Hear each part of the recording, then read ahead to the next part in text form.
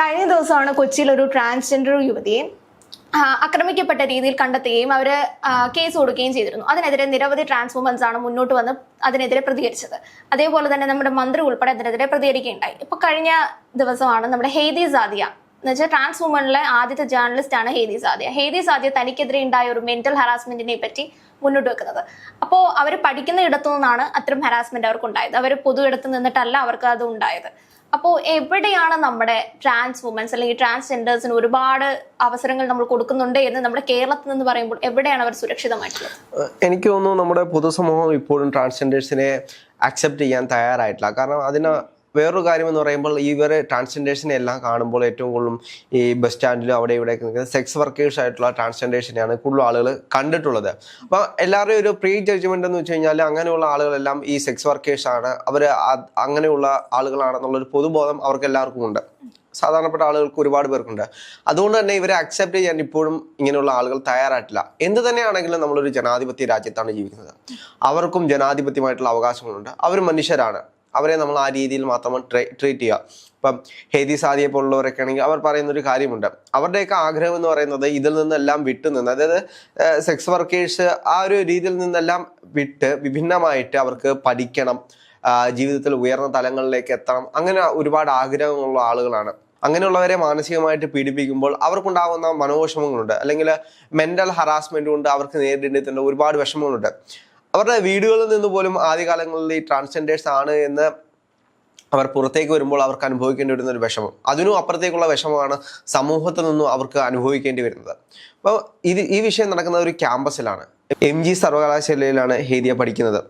അപ്പോൾ അവർക്ക് അവിടെ നിന്നും ഉണ്ടാവേണ്ടി വന്ന മാനസികമായിട്ടുള്ള വിഷമം, ഇത്രയും വർഷമായിട്ടും ഇങ്ങനെയുള്ള ആളുകളെ അക്സെപ്റ്റ് ചെയ്യാൻ ഇപ്പോഴും പറയും, പല ആളുകളും പറയും ഇപ്പം യുവാക്കളാണ് ഇവരെ കൂടുതൽ അക്സെപ്റ്റ് ചെയ്തത്. ഇപ്പം മഹാരാജാസ് പോലുള്ള ക്യാമ്പസുകളിൽ ഒരുപാട് പേര് ട്രാൻസ്ജെൻഡേഴ്സ് ആയിട്ടുള്ള ആളുകളൊക്കെ പഠിക്കുന്നുണ്ട്.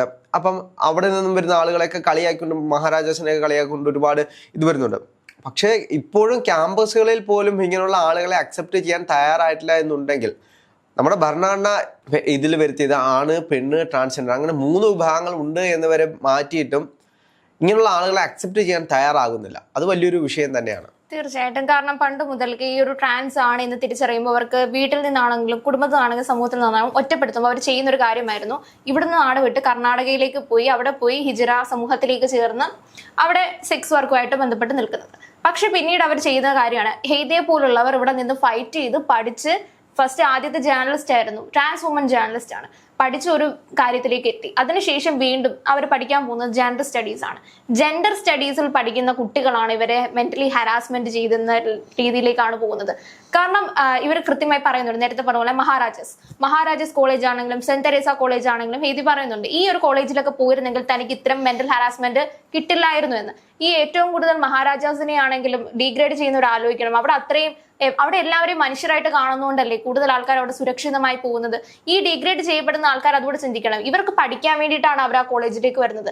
സെക്സ് വർക്കിന് പോവുകയാണെങ്കിൽ, കാരണം നേരത്തെ ഒരു ട്രാൻസ് വുമൺ ഉണ്ടായിരുന്നു, സ്വന്തമായിട്ട് ഹോട്ടൽ നടത്തിയിട്ട് ജീവിക്കുന്ന ഒരാൾ, അവർ പിന്നീട് സെക്സ് വർക്കിലേക്ക് കടക്കുന്നു. അപ്പോൾ എല്ലാവരും പറയുന്നു നേരത്തെ നല്ലൊരു ജോലി ഉണ്ടായിരുന്നു, ഇവരെയൊക്കെ എത്ര പറഞ്ഞാലും പഠിക്കില്ല, വീണ്ടും അതേ ജോലിയിലേക്ക് പോകുന്നുണ്ട് എങ്കിൽ സമൂഹത്തിൽ അവരെ അക്സെപ്റ്റ് ചെയ്യുന്നില്ല. അവർക്ക് നല്ല വരുമാനം കിട്ടിയിരുന്നെങ്കിൽ അവർ ചിലപ്പോൾ അവർ അത് തന്നെ കണ്ടിന്യൂ ചെയ്തേനെ. അങ്ങനെ അക്സെപ്റ്റ് ചെയ്യാത്തൊരു സാഹചര്യത്തിൽ വീണ്ടും അവരെ തന്നെയാണ് കുറ്റം പറയുന്നത്. അല്ല, സമൂഹത്തിൽ നമ്മൾ നോക്കിക്കഴിഞ്ഞാൽ ഇന്ന് ട്രാൻസ്ജെൻഡേഴ്സ് ആയിട്ടുള്ള ഒരുപാട് ആളുകൾ സമൂഹത്തിന് ഉന്നത നിലകളിൽ ഉണ്ട്. കാരണം എന്ന് വെച്ച് കഴിഞ്ഞാൽ ഇപ്പം സംഘടനകളിലാണെങ്കിലും CPM ആണെങ്കിലും BJP ആണെങ്കിലും കോൺഗ്രസ് ആണെങ്കിലും ഈ പാർട്ടികളിലെല്ലാം ട്രാൻസ്ജെൻഡേഴ്സ് ആളുകളെ ഒരുപാട് നേതാക്കന്മാരുണ്ട്. അപ്പോൾ ഇങ്ങനെയുള്ള ആളുകൾ ഒരുപാട് ഇപ്പം നമ്മുടെ സമൂഹത്തിൽ മുന്നേറി വരുന്നുണ്ട്. അപ്പം പലപ്പോഴും ഇവരെ അക്സെപ്റ്റ് ചെയ്യാൻ സാധാരണപ്പെട്ട ആളുകൾക്ക് കഴിയുന്നില്ല. അതിൻ്റെ പ്രധാനപ്പെട്ട കാരണം ഇത് തന്നെയാണ്. പക്ഷേ ഇതിൻ്റെ വേറൊരു ഭാഗം എന്ന് പറയുന്നത് ഇപ്പം കൂടുതൽ ആളുകൾ കാണുന്നത് ഇപ്പം ട്രെയിനിലൊക്കെ പോകുമ്പോൾ ഹിജറകളായിട്ടുള്ള ആളുകളുണ്ട്. അപ്പോൾ അവരൊക്കെ പൈസ വാങ്ങിക്കുന്നതുണ്ട്, ഭീഷണിപ്പെടുത്തിയും പൈസ കൊടുത്തില്ലെങ്കിൽ അവരൊക്കെ ഒരുപാട് ചീത്ത വിളിച്ച് അങ്ങനെ പോകുന്ന ഒരുപാട് പേരുണ്ട്. അപ്പം അങ്ങനെയുള്ള ആളുകളാണ് ട്രാൻസ്ജെൻഡേഴ്സ് എന്നുള്ളൊരു പേടി ആളുകളുടെ മനസ്സിൽ പലപ്പോഴും ഉണ്ട്. അപ്പം അതുകൊണ്ട് അവരെ എങ്ങനെ ട്രീറ്റ് ചെയ്യണം, അവരോട് നമ്മൾ എന്തെങ്കിലും പറഞ്ഞു കഴിഞ്ഞാൽ അവർ ആക്രമിക്കുമോ, അങ്ങനെയുള്ള പേരുകളുള്ള ഒരുപാട് പേരുണ്ട്. പക്ഷേ ഇവരെല്ലാവരും മനുഷ്യർ തന്നെയാണ്. ഇവരെ നമ്മൾ മനുഷ്യരെ പോലെ ട്രീറ്റ് ചെയ്ത് കഴിഞ്ഞാൽ അവരും അതേ കൂട്ട് തന്നെ നിൽക്കും. തീർച്ചയായിട്ടും. കാരണം ഹെയ്ദിയോട് തന്നെ തന്റെ സഹപാഠികൾ ചോദിക്കുന്ന ഒരു കാര്യമുണ്ട്. അവർ ആദ്യമായിട്ടാണ് ട്രാൻസിനെ കാണുന്നത്. എങ്ങനെയാണ് നിങ്ങളെ ഹാൻഡിൽ ചെയ്യുന്നതെന്ന് ഞങ്ങൾക്ക് അറിയില്ല, എങ്ങനെയാണ് നിങ്ങളോട് സംസാരിക്കേണ്ടതെന്ന് അറിയില്ല. ആ ഒരു രീതിയിലേക്ക് പറഞ്ഞു വെക്കുമ്പോൾ, കാരണം അവർക്ക് തന്നെ തോന്നും ഞങ്ങൾ എന്താ മനുഷ്യ വിഭാഗത്തിൽ പെടുന്നില്ലേ, കാരണം മനുഷ്യരോട് എങ്ങനെയാണോ ഇടപഴകുന്നത് ആ രീതിയിൽ തന്നെയാണ് ഇടപഴകുന്നത്. അതെ, എന്ത് തന്നെയാണെങ്കിലും ഇവരെല്ലാം മനുഷ്യരാണ്, അവരുടെ വഴിക്ക് വിടുക. ഇത് അക്സെപ്റ്റ് ചെയ്യാത്ത ഒരു കൂട്ടം, കാരണം എല്ലാവരും പറയുന്നുണ്ട് പുതിയ തലമുറ അക്സെപ്റ്റ് ചെയ്യുന്നുണ്ട്, അല്ലെങ്കിൽ ആ ഒരു സാഹചര്യത്തിലാണ് ഹെയ്ദിക്കുണ്ടായ ഈ ഒരു മെന്റൽ ഹരാസ്മെന്റ് നമ്മൾ വീണ്ടും ചർച്ച ചെയ്യേണ്ടിയിരിക്കുന്നത്. കാരണം പുതുതലമുറയിൽപ്പെട്ട ആൾക്കാരാണ് ഇവരെ മെന്റലി ഹരാസ് ചെയ്ത് അവരുടെ പഠിപ്പ് വരെ മുടക്കി അവരെ TC വാങ്ങി പോകാൻ നിൽക്കുന്ന ഒരു സാഹചര്യത്തിലേക്ക് എത്തിയത്. അപ്പൊ ഈ പഠിക്കാൻ പോകുന്ന ആളുകളെയാണ് നമ്മൾ അക്സെപ്റ്റ് ചെയ്യുക. ഇങ്ങനെയുള്ള ആളുകൾ നമ്മുടെ സമൂഹത്തിൽ, കാരണം റിസർവേഷനിലൂടെയാണ് അവർ വരുന്നത്, അവരുടെ അവകാശങ്ങളിലൂടെയാണ് അവർ പഠിക്കാൻ വരുന്നത്. അല്ലാതെ അല്ലെങ്കിൽ നല്ല മാർക്ക് ഹെയ്ദി പറയുന്നുണ്ട് ജേർണലിസത്തിൽ തന്നെ കഷ്ടപ്പെട്ട്, കാരണം വീട്ടിൽ പോലും അക്സെപ്റ്റ് ചെയ്തിട്ടില്ല ഹെയ്ദിയെ, എന്നിട്ട് പോലും കഷ്ടപ്പെട്ട് ജേർണലിസത്തിൽ നല്ല മാർക്കോട് വിജയിച്ചു. അതിനുശേഷം മാർക്കുണ്ടായിട്ടാണ് വീണ്ടും പഠിക്കാനായിട്ട് വന്നത്. അല്ലാണ്ട് റിസർവേഷൻ വെച്ചിട്ടും ഒരു ഡിഗ്രേഡ് ചെയ്യപ്പെടുന്ന സാഹചര്യം ഉണ്ടായിരുന്നു. അപ്പൊ അവർക്കും ആഗ്രഹങ്ങളില്ല. ഇപ്പൊ ഇവരെന്താണെങ്കിൽ അവരുടെ വഴിക്ക് വിടുക, അവരെ നമ്മൾ ഉപദ്രവിക്കാതിരോ മാനസികമായിട്ട് അവരെ വിഷമിപ്പിക്കാതെ ഇരിക്കുക, അവരുടെ വഴിക്ക് വിടുക. എന്ത് തന്നെയാണെങ്കിലും അവരും മനുഷ്യരാണ്, അവർക്ക് ഈ സമൂഹത്തിൽ ജീവിക്കാനുള്ള അവകാശങ്ങളുണ്ട്. ഭരണഘടന നൽകുന്ന എല്ലാ അവകാശങ്ങളും അവർ കൂടെയാണ്. കൃത്യമായി പ്രതികരിച്ചിട്ടുണ്ട്. കാരണം ഇതിനു മുമ്പ് ഒരുപാട് ട്രാൻസ്ജെൻഡേഴ്സ് ഇവിടെ പ്രശ്നങ്ങൾ അല്ലെങ്കിൽ അവർക്കെതിരെ ഉപദ്രവങ്ങൾ ഉണ്ടായിട്ടുണ്ട്. പക്ഷെ ഇത് വളരെ ക്രൂവലായിട്ട് നല്ല പിക്ചേഴ്സ് ഒക്കെ പുറത്തു വന്നിട്ടുണ്ട്. ഇവരെയൊക്കെ ഉപദ്രവിച്ചു കഴിഞ്ഞാൽ ആരും ഒന്നും ചെയ്യാനില്ല. ഇനി അവർക്ക് പുറത്തേക്ക് ഇറങ്ങി അല്ലെങ്കിൽ അവർക്ക് തിരിച്ച് പഴയ ജീവിതത്തിലേക്ക് കടക്കണമെങ്കിൽ കുറെ അധികം കാലങ്ങൾ വീണ്ടും വരും. ഈ ആക്രമിക്കപ്പെട്ട് മരിക്കുന്ന ഒരുപാട് സെക്സ് വർക്കേഴ്സ് ആയാലും ട്രാൻസ്ജെൻഡേഴ്സ് ഉണ്ട്.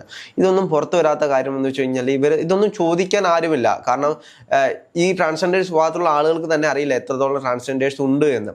അതിന്റെ പേരിൽ ഇപ്പൊ സെക്സ് വർക്കിന് നിൽക്കുന്ന ആളുകളെ ഇതുകൊണ്ട് കൊണ്ടുപോയി ക്രൂരമായി പീഡിപ്പിച്ച് കൊല്ലുന്ന ഒരുപാട് കേസുകളൊക്കെ നമ്മൾ കണ്ടിട്ടുണ്ട്.